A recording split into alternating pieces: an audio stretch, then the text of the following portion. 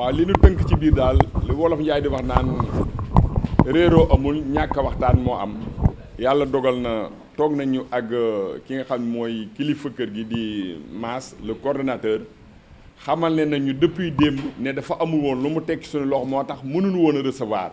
tey bi nga xamee ne nag jot na 2 milliards yoo xam ne au moins mën na koo teg suñu loxo lanu woo ne nu ñëw leen naa leen jox 2 milliards dans les plus brefs délais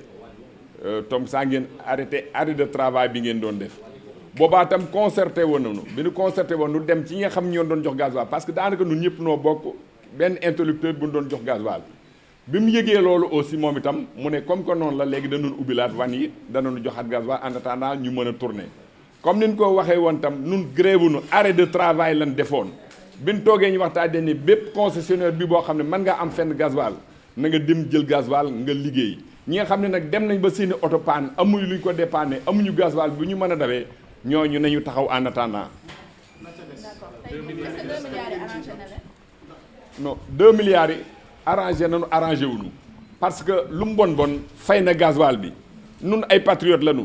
suñu amoon lu nu war a dimbalee état bi dañu ko koy dimbalee kon nag bu état bi defee effort ci li nga xam ne moom la ñu yoree ba jox nu 2 milliards yoo xam dana ko mën a teg suñu loxo fay personnel bi jënd ci gasoil dañuy ànd ak moom ci lancé boobu. li ci des bu fekkee liñ leen jox jeex na ci léegi solution pour la ca des naka la nar a tëddee ndax da ngeen fas yéene defar arrêt de travail ngir laaj la ca des. boobaa tam ñu dellusiwaat ci Mass parce que nee na nun concessionnaire amul fii rendez-vous heure bu ngeen soxlaa ñëw leen fëgg bunt bi ma wax ak yéen moom yemul ci 2 milliards yooyu mi ngi continuer ak ministre de tutelle am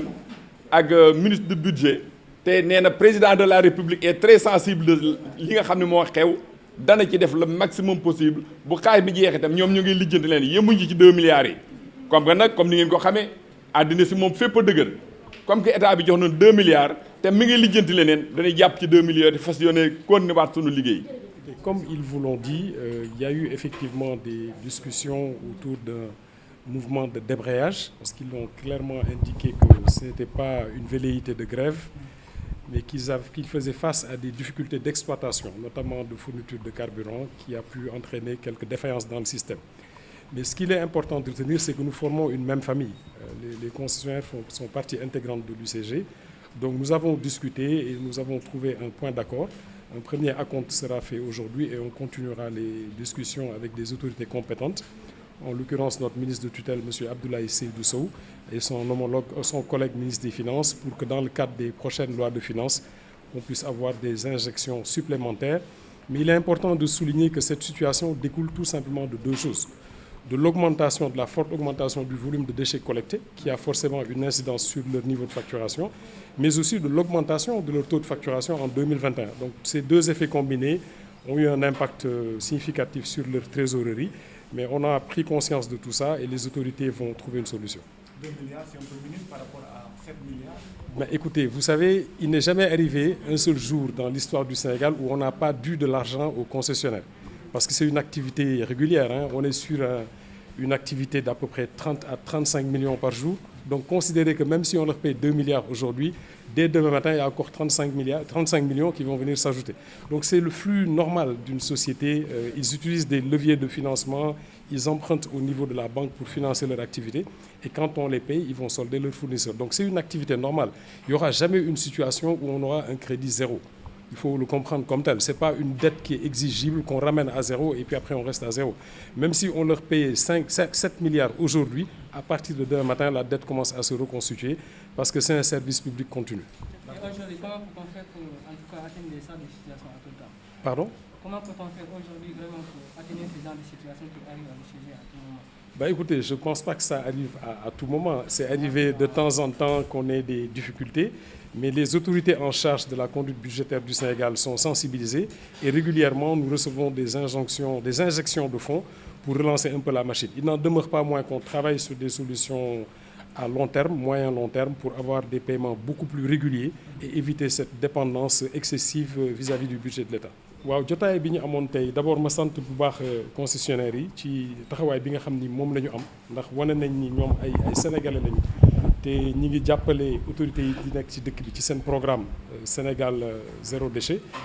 bi ñu demee nag ba nga xam ne ñoom am nañu ay jafe-jafe ci seen exploitation maanaam seen oto yi di daw di am problème mu carburant wala di panne duñ ko mën réparer looloo waraloon ñu xaw a dàkkal tuuti seen loxo ci liggéey bi.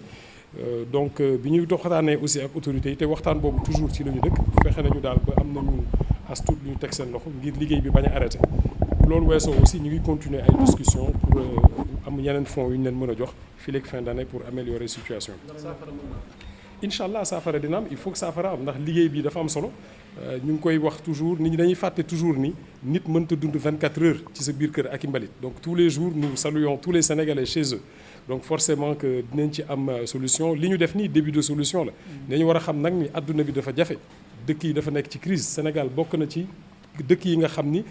effort yi nga xam ni def nañ ko sax pour atténuer crise bi am na solo lool mais am na dëkk yoo xam ne sax ñoo gën a sonn Sénégal fi mu ne donc effort boobu aussi état bi def duñu ko xeeb ndax au moins ça nous permet de maintenir le niveau de service et de continuer les discussions avec les concessionnaires. waaw 2 milliards boo ko rapporté sur 7 ça fait à peu près 30% muy un tiers 28-30% néew na bëri na li am solo mooy dañu nekk ci benn relation continue ndax daanaka chaque jour ñoom seen facturation dina tombé ci 30 wala 35 millions ba tax na même suñu leen soldé woon 7 milliards yi tey dette bi dafay reconstituer loolu moo gouverner un peu suñu relation ak ñoom moo tax ma leen di sant aussi ndax ils font toujours des efforts pour accompagner l'État et souvent en fin d'année on a toujours beaucoup de contraintes mais encore une fois ni ma ko waxee en français difficulté bi ñaari niveau la jóge bu njëkk bi mooy volume bi nga xam ni moom la ñuy ramasser ci Dakar dafa yokku na de presque 35% entre 2021 versus 2020 loolu dafay am impact ci seen facturation mais ñoom itam am na augmentation de prix bu ñu leen dugalal boo xam ne dafay gonfler seen ay seen facture de telle sorte que écart boobu dafay gën a yokku mais ñoom tàmm nañ ko tàmmoon nañ fin d'année bu jotee mu xaw a dëgër ñu amel leen 3 mois wala 4 mois mais écart boobu dafa creuser wu en raison de la performance globale constatée dans le système de nettoiement mais les plus hautes autorités xam nañ ko te incha allah dinañ ci indi saafara.